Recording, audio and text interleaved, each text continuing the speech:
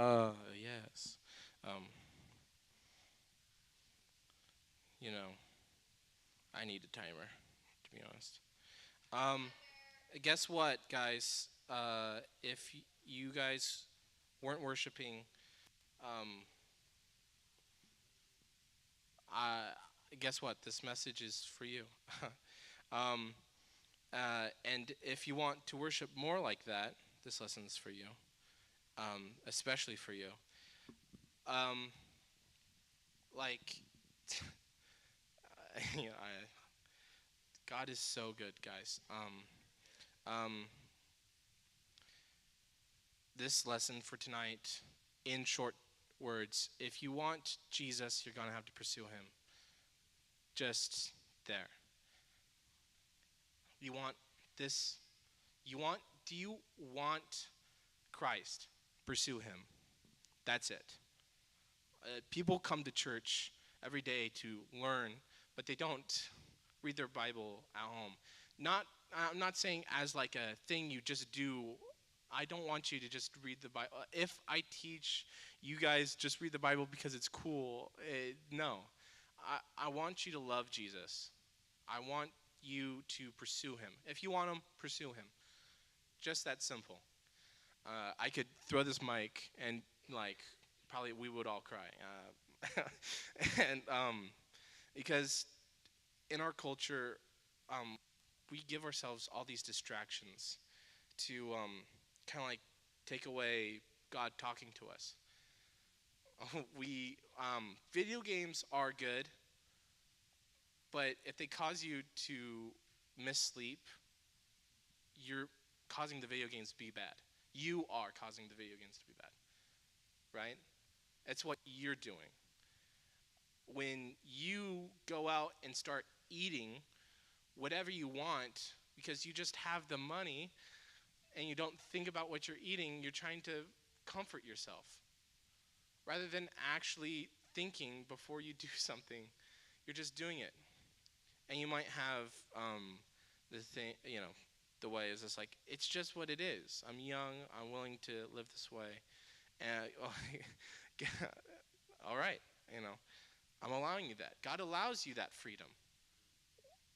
Like you can live that way. I'm not your parent, you know. I'm just the messenger. So if you don't like what I say, you can talk to me and hate me all you want, but this is what Jesus wants for you. He wants you to kill your desires. He wants you to fight against your flesh. And what I mean by flesh is not like you shoot yourself in the foot and be like, my foot was bad, and then you chop it off, and you're like, take that foot, I don't need a foot anymore, you know? And, no, not literally. I'm talking about the flesh, the thing inside you, like that dark pit you feed on sometimes. That little dark pit in your heart that you try to fill it with something, you know, the thing where you start needing something, you just need it, and you have to fill that hole, that vacant hole. Um, like it's just something I could list forever. Everything we practically make, everything we do almost is just a distraction. And B, you make it that way. Just saying. Not saying all these things are bad. Not eating's not bad, but eating at the wrong time is bad. Relaxing is good. God literally rested on the seventh day. Like, he made it just a part of himself. He was just like, resting is good. But you guys, we take it too far. We live in this rich, rich country where, like, even, like, we get fed. In places, people starve. We get fed here. We get fed entertainment to distract us from our pain because we know something's missing.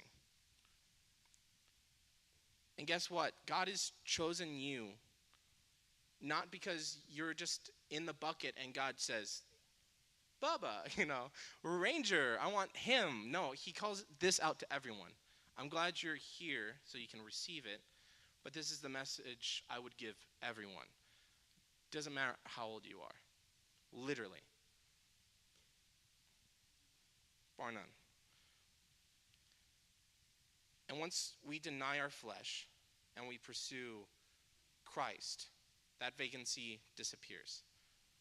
It just disappears. And you might be like, dude, I suffer every day. I go to my parents and they don't like me. I go to school and people don't like me there. I'm a fake person at school. I'm a fake person in my house. I'm a fake person online. Whatever it is, I suffer, dude. I don't know. You're Californian, dude. I suffer, and I get it. I suffer too. But guess what? Your trials matter. Your suffering matters, and Christ makes your suffering matter. Christ makes your suffering matter more than you ever could. So I'm going to read from James. And James is the brother of Jesus, which is pretty cool. Half brother, The brother of Jesus. He must have been so close to Jesus because the way he talks is like, just reminds me of Jesus. He must have been so close with his brother. Maybe he hated his brother. Maybe, I don't know. But he learned from him. And he's talking to this people. This people are downtrodden. They are abused for their Christianity. They are like mocked and put on crosses and burnt and whatever. They're stoned. They're persecuted. A lot of them live in poverty. They're not able to live in housing. So they suffer. So James talking to these suffering people, and then he comes up to them and says this. Count it all to joy, brothers, when you meet trials of various kinds, for you know that in the testing of faith produces steadfastness. And let steadfastness have its full effect. Steadfastness. This is James 1, verse 2 and 5, if you want to go there. If you want to bookmark, for you bookmark people. Steadfastness means, so trials happen and you get steadfastness. Doesn't mean you like win at the trial or lose at the trial. You go through the trial and you have it with Christ, you gain steadfastness, whether you preferably win or lose the trial or the right? Steadfastness is you being able to handle problems. Your spirit being able to handle problems. The personality of you being able to handle problems.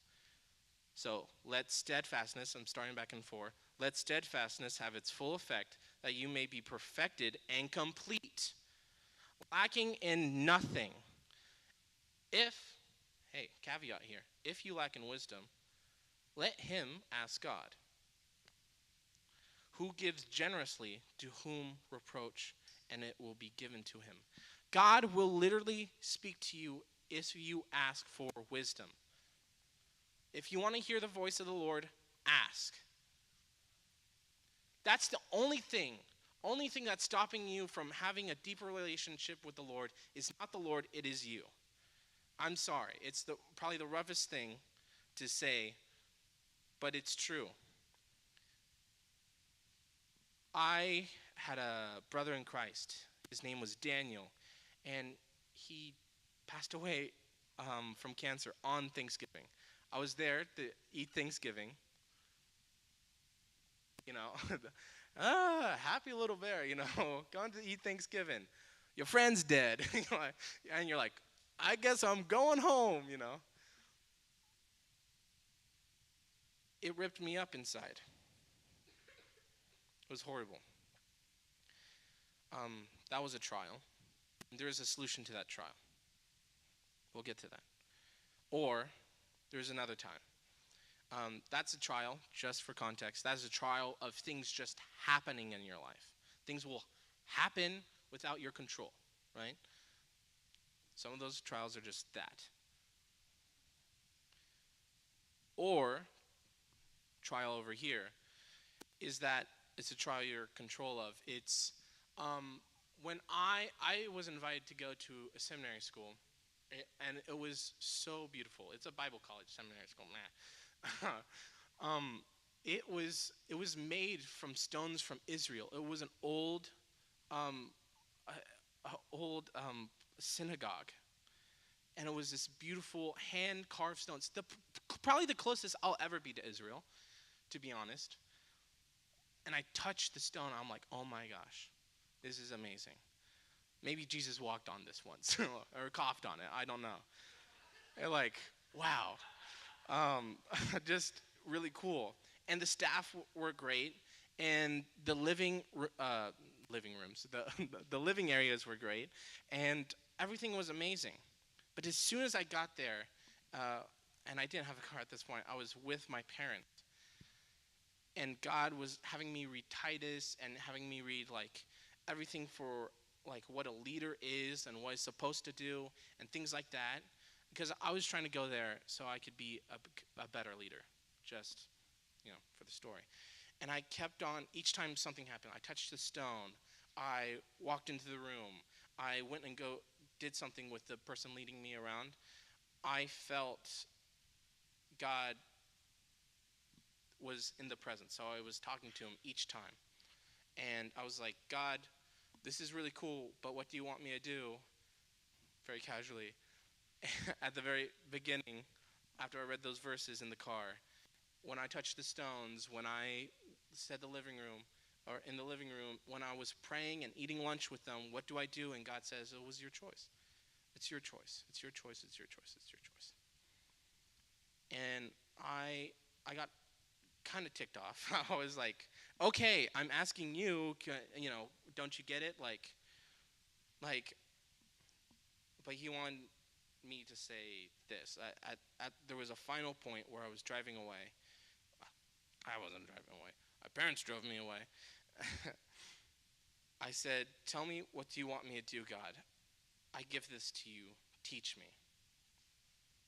The same thing I said when my friend died, after crying a large amount. What do I do? Teach me. And he's like, woo! Finally, I heard the right words. Just like, it was like a party, and Lord was just like, yes. This is what I want. I don't want you to go around very flippantly, and I make every little, walk and choice for you, but I want you to ask, like literally ask me. Don't like, what would you have me choose? God, help me. I need help. Choose for me. I don't want any choice. And he's just like, and he gave me wisdom in that moment on what to do. He said to be with my family, and he'll teach me. And that will be enough for me to be a leader. That's it. And while I was with Daniel, it was to cry, it was to mourn, but to be with the people who mourned. And to know joy that he was in heaven, that he loved God to his fullest extent. Both are solved by asking God in wisdom. If you don't know my situation, I have family who has cancer. My family has every illness underneath the tree. I can brag about it, in a very silly way. And all these things that happen in my life, they develop, they grow. I have ones that I failed at. I know I failed at. I know I did it all, and I butchered it all. I screwed up so hard. But guess what? What God was doing in that moment, he called me to him and was just like waiting. He was just like, ask me. In my failure, I didn't want that. I didn't want that in my failure. But he was still by my side asking me. I'm saying, just as a little thing, trials are not temptations. When you're tempted to do something bad, that is not God. When you are like, oh man, I really want to watch porn. Oh man, I really, really want to just hit him. I want to scar him. I want him to remember it. And I really want blank. That void, yourself is speaking in your own mind. That void, though, it's not you. It's outside of you, but it's in you. And it says, you want this, and you're fine if you take it. You're humble enough. You're good enough. You're sacred enough. You're special enough. Just take it. It lifts you up, makes you prideful, makes you whatever. That is not God. When God says, I'm going to put you through trials, he says, I'm going to make you live. Trials is just living. Every day. It's not like this, like, why did God give me cancer? Like, no. It's like, this is the problem with this world. We asked for this kind of world. Adam and Eve asked for this kind of world, and we have the repercussions of this world. And if you guys are like, well, that's horrible, that's bad. First, let's go back. Let's read James 1:12. Blessed is the man who remains steadfast under trial, for when he has stood the test, he will receive the crown of life, which God has promised to those who love him. He promises freaking life. Like, come on. Love. You want love? Go to God. It's just that simple. James could literally smack you with a Bible and be like, oh, just so clear. You're not reading Hebrews. You're not reading Proverbs. Proverbs is good, but Psalms. This is not poetry. It is what it is. James 13-16. Let no one say whether he is tempted. I'm being tempted by God, for God cannot be tempted with evil, and he himself tempts no one. Clear. But when a person is tempted, when he is lured and enticed by his own desire, your own desire, know that the monster you face every day is within your own self. It's not people that come out. There's no boogeyman. There is Satan, but he attacks you in a way different way. But the real enemy that we face every day, we wake up and look in the mirror, that is our enemy. And we must conquer it. We must conquer ourselves.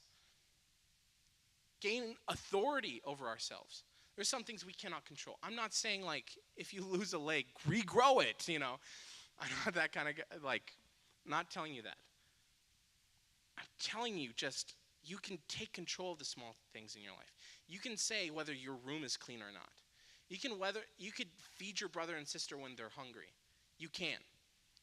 It takes sacrifice. And the sacrifice is, guess what? Not the good part of you, the bad part of you.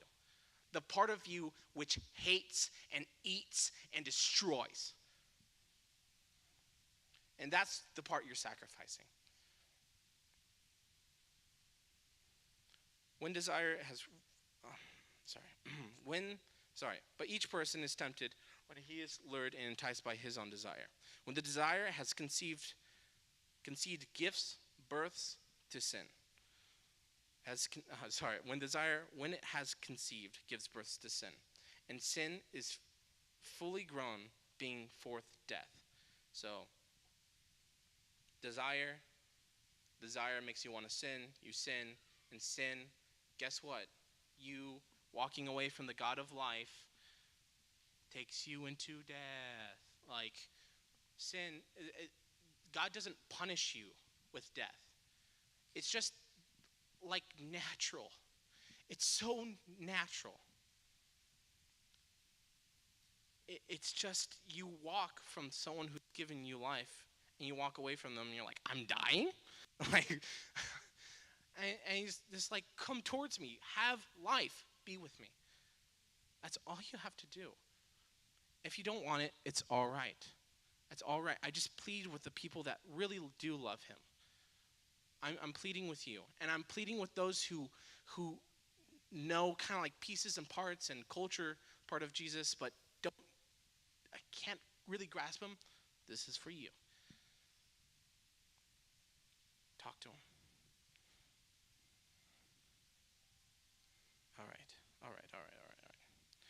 All right. Thank you.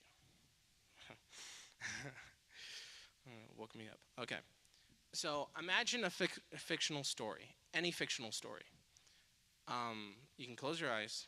Imagine, let's say, Lord of the Rings, Star Wars, Percy Jackson series, Harry Potter, you name it. In those stories, only good if they tell the truth, some kind of truth about our reality. Would it be interesting if Harry Potter got everything he ever wanted, became spoiled, and died a happy death? Like, no, there's no story. There's no conflict. There's no troubles. There's no heroism. He can't be a hero if there's no problem to face. Lord of the Rings. Frodo just walks to a mountain. Whoa, wow, a tiny man walks to a mountain, throws a ring in. Da da da da da. Roll credits. Our lives are made better with trials.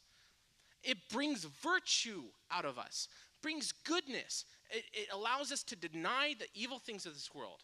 It allows us to say, cancer is bad. That cancer is bad, and I'm going to suffer with that person that has cancer.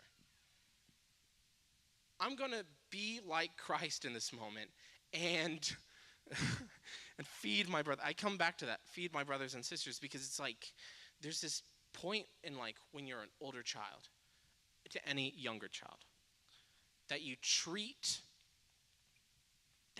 your younger people as insignificant, not as you want to be treated. And it's sad. It's so sad. It kills me. It kills me to see that because I know my children are going to struggle with it one day.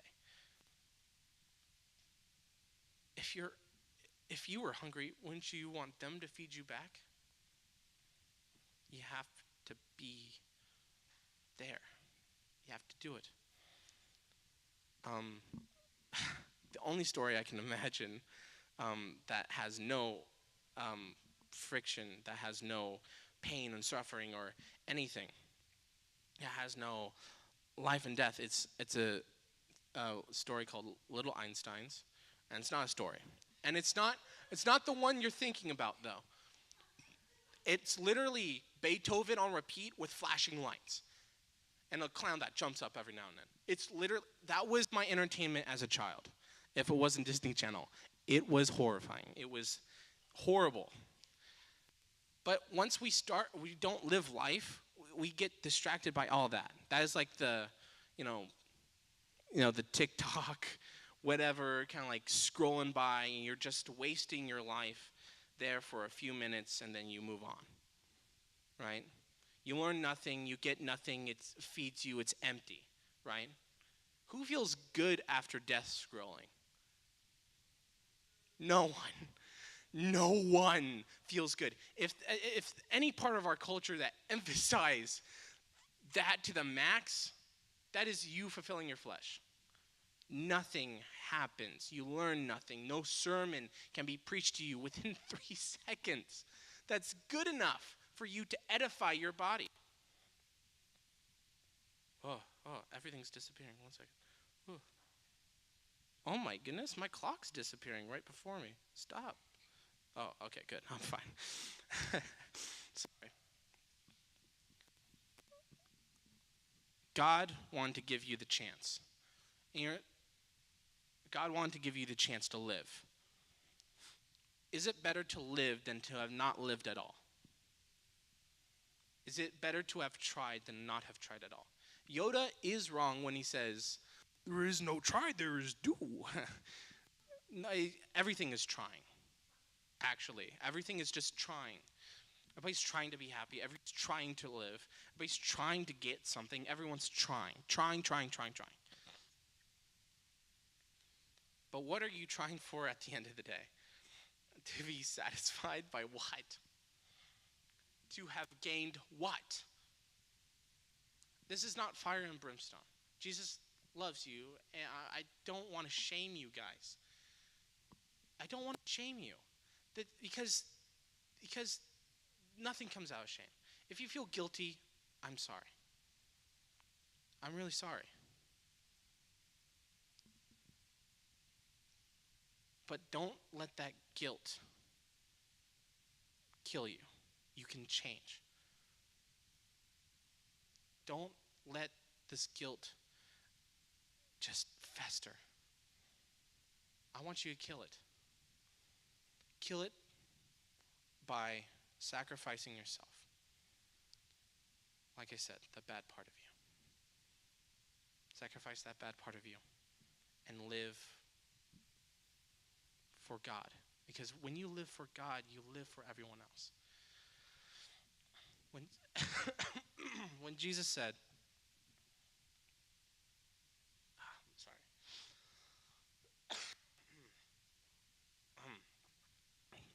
Here, make it real simple. Everything we suffer through, everything. It's bad, yes. It's not supposed to be that way, yes. It feels unnatural, it feels sickly, yes, right? We all get it. All these things are bad. Murder, death, suicide, just everything. I get it. I get it. And you know, all the things that have happened to me in my life, I've been abused, like abused by teachers, students, everyone your age, everyone not. I've been hurt, and I have asked God why it's all happened. Why can I not remember some things that my mind has taken away? That it's so traumatic that it's wiped away from my memory. And he says, those things have happened due to other people's negligence. I'm sorry. But I want to give you this chance to be the better person, the person that doesn't do that. And so what? So all those things, all those pains, all those trials, all that abuse, guess what? I can learn from it. We all can. We can take it and we can process it. And we can either say, oh, let me distract myself, or we can say, I am going to find that abused child because I know what they look like, and I'm going to help them. I'm going to go to the person and help them when I wasn't, when this. You can either live for yourself or live for others. You can help people. Like, you can go and help people. People that have been in your situation. God doesn't cause these situations, but he allows us free will. And people squander it all the time. But please, guys, don't squander your free will. Don't squander yours. You have this chance to live. To live any way you want. And God will allow that because he does love you. That's all I got. That's all. And that's how James said it. Just straight up. I mean, I'll pray over us to end it. But like, if you want to talk to someone, you can. Because guess what? I don't care whether you pay attention or not. Jesus is here for you. I care whether you pay attention to him.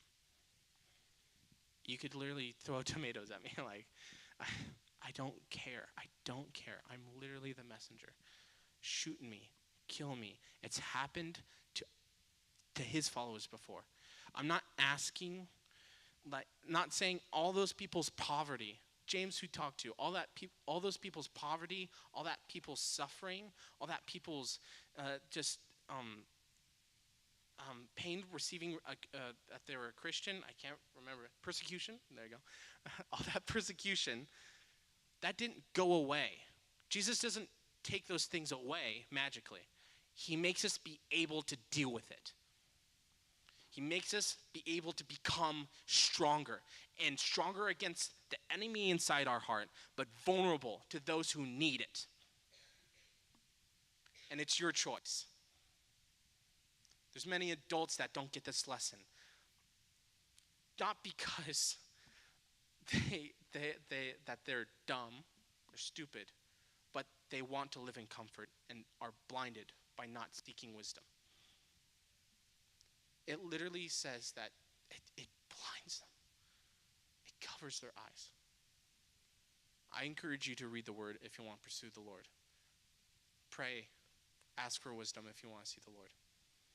Proverbs says, Fearing the Lord is the beginning of meeting with him. And that all that means is just respecting him. Respecting him as just someone who loves you. So I'll pray for you. Dear Lord, I ask you whether it's hot coals on their head or it's a new fervor for life, God, let it be yours. Let no shame burrow into their hearts. Let no enemy or themselves hang themselves. Just throw themselves away. Because God sees value in all of us. He gave us value, your value. Jesus, your life mattered because of your sacrifice. It wasn't just you dying, it was you being able to come back because you lived a sinless life, God. And we're here to replicate you. We're here to either sacrifice or learn how to sacrifice, God. And God, for all those people out there in Dixon, in the whole world, I pray that they know you. And even if it's just baby steps, let it be baby steps. Because we have a long life, but not compared to eternity. So God, just break our hearts. Change us. Make us new. In your name, amen.